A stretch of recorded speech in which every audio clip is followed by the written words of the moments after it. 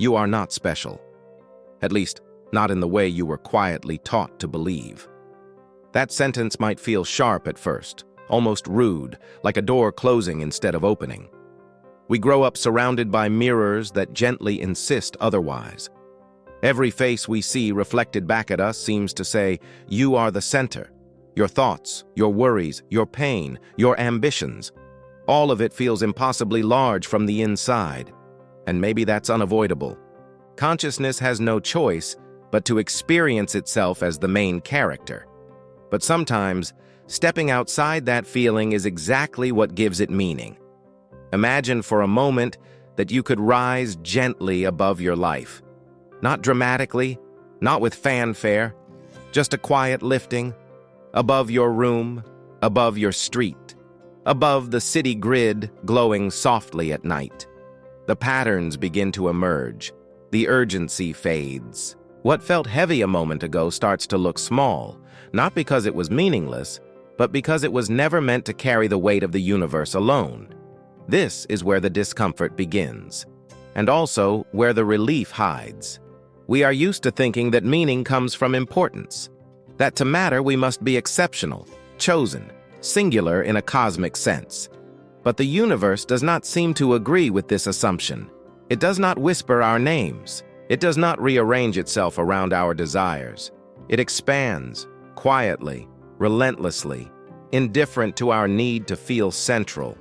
And yet, this indifference is not cruel. It is honest. Long before any of us were here, stars were already living and dying. Galaxies were colliding in slow, silent dances. Light was traveling across distances so vast that even now, as it reaches our eyes, the sources that emitted it may no longer exist. The universe was not waiting for us. It did not pause or prepare or adjust. We arrived late to a story already in motion. On a small planet, orbiting an average star, tucked into an unremarkable arm of a galaxy that is itself one among hundreds of billions. There is nothing about our cosmic address that suggests privilege. No marker that says, here lies the point. No arrow drawn in starlight. And that realization can sting. Because if we are not special in the eyes of the universe, then what are we? For a long time, humans answered this question by placing themselves at the center. Earth at the center of creation. Humanity set apart. Reality arranged with intention, with us in mind. It was comforting, understandable. A young species trying to make sense of its fragility often wraps itself in stories of cosmic importance. But reality kept interrupting. First, we learned that Earth moves, then that the sun is not the center, then that the galaxy is not unique. Each discovery gently nudged us outward, away from the throne we had imagined for ourselves. And each time, there was resistance. Not because the facts were unclear, but because the implications were unsettling. To not be special feels, at first, like erasure. But watch closely what happens if you sit with that feeling instead of running from it. Something unexpected begins to unfold. When the universe stops revolving around you, the pressure eases. The need to perform cosmic significance dissolves. You no longer have to justify your existence by grand narratives. You don't need destiny written into the fabric of space-time to be allowed to breathe, to feel, to love. You are not special in the way a king is special. You are special in the way a moment is special. Temporary, unrepeatable, fragile. There has never been, and will never be again, this exact configuration of atoms thinking these exact thoughts, listening to these exact words, at this precise slice of cosmic time. Not because the universe singled you out, but because chance and complexity briefly aligned. That is not insignificance. That is rarity of a different kind. We often confuse scale with value. We assume that because something is small, it must be trivial. But the universe itself does not seem to operate on that logic. It produces vastness effortlessly, but complexity is rare. Consciousness is not everywhere. Awareness does not blanket the cosmos. As far as we can tell, the universe is mostly silent, mostly dark, mostly unaware of itself. And here you are, a small pocket where matter learned to look back at itself, not special by decree, special by accident. And accidents in a universe like this are precious. Consider how thin the margin is between existence and nothingness. How many conditions had to align just enough, not perfectly, just enough, for chemistry to become biology, for biology to become curiosity, for eyes to form that could catch ancient photons, for brains to emerge that could wonder where those photons came from. No guarantees were made. The universe did not promise this would happen. It simply allowed it. And allowance is a quieter kind of gift. You are not special in the sense of being exempt, not protected from loss, not shielded from entropy, not destined to last. Your body will age, your memories will blur. Your name will eventually be spoken for the last time. Even the species itself one day will fade, as all things do. This is not pessimism. It is alignment with reality. And reality, when faced honestly, has a strange way of softening us instead of hardening us. When you realize you are not the point of it all, you may notice how quickly anger loses its grandeur. How absurd it feels to carry hatred across such a brief lifespan. How unnecessary it is to hoard, to dominate, to prove superiority on a cosmic stage that isn't watching. Humility is not humiliation, it is accuracy, and accuracy is calming. There is something profoundly grounding about knowing that the universe does not care who wins an argument, who looks more successful, who accumulates more symbols of status. Stars will burn whether we are kind or cruel. Galaxies will spin regardless of our opinions. The cosmic background radiation does not respond to our anxieties. And yet, within this indifference, something intimate happens. Because while the universe does not care about us individually, we care about each other, and that caring is not diminished by the universe's silence. It is amplified by it. Meaning does not descend from the stars.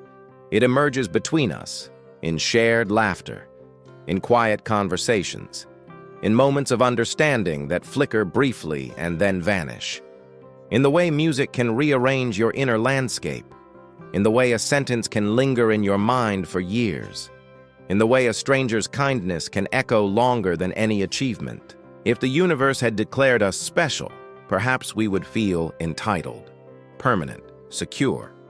But instead, we are temporary participants in a vast process that does not pause for sentiment. And because of that, every moment we experience carries a subtle urgency, not panic, presence. When nothing is guaranteed, attention becomes sacred. You begin to notice small things, the texture of time, the way light changes throughout a single afternoon, the fact that every breath is borrowed, that your body is not separate from the planet beneath your feet, but an extension of it, rearranged for a while into a thinking shape. You are not above nature. You are nature, briefly self-aware.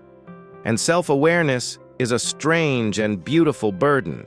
It allows us to imagine futures that may never arrive, to regret pasts that no longer exist, to ask questions that have no final answers, to feel awe in the presence of things that will outlast us by billions of years. It also allows us to feel small, and smallness, when accepted, can be liberating.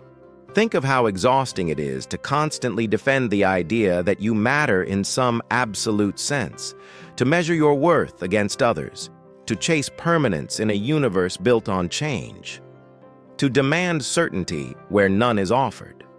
Letting go of cosmic specialness does not erase your value. It relocates it. Your life does not matter because it is central. It matters because it is experienced, because it can feel joy and sorrow, because it can alleviate suffering or deepen it, because it can choose, even within limits. The universe may not care if you exist, but the universe also does not stop you from caring. And that freedom is astonishing. There is no script written in the stars telling you who you must become. No cosmic scoreboard tallying your success. No universal audience waiting for you to impress them. The pressure to be extraordinary dissolves, and what remains is the quieter invitation to be sincere, to live in alignment with the briefness of it all. When you zoom out far enough, human dramas lose their mythic weight. Borders blur. Ideologies shrink. The conflicts that consume entire lifetimes barely register against the backdrop of cosmic time. This does not invalidate the pain they cause. It contextualizes it. It reminds us that suffering is real, even when it is not eternal, and that compassion matters precisely because nothing else is keeping score. You are not special, and neither is anyone else, and in that shared ordinariness, something equalizing emerges. No one was promised more time than anyone else. No one was granted cosmic priority. We are all improvising within the same constraints, carried forward by the same fragile conditions. This realization has the potential to make us gentler. If none of us were chosen, then none of us are expendable. If no life was pre-approved by the universe, then every life that exists is already a statistical miracle. You don't need to be exceptional to be worthy of care. You only need to be here.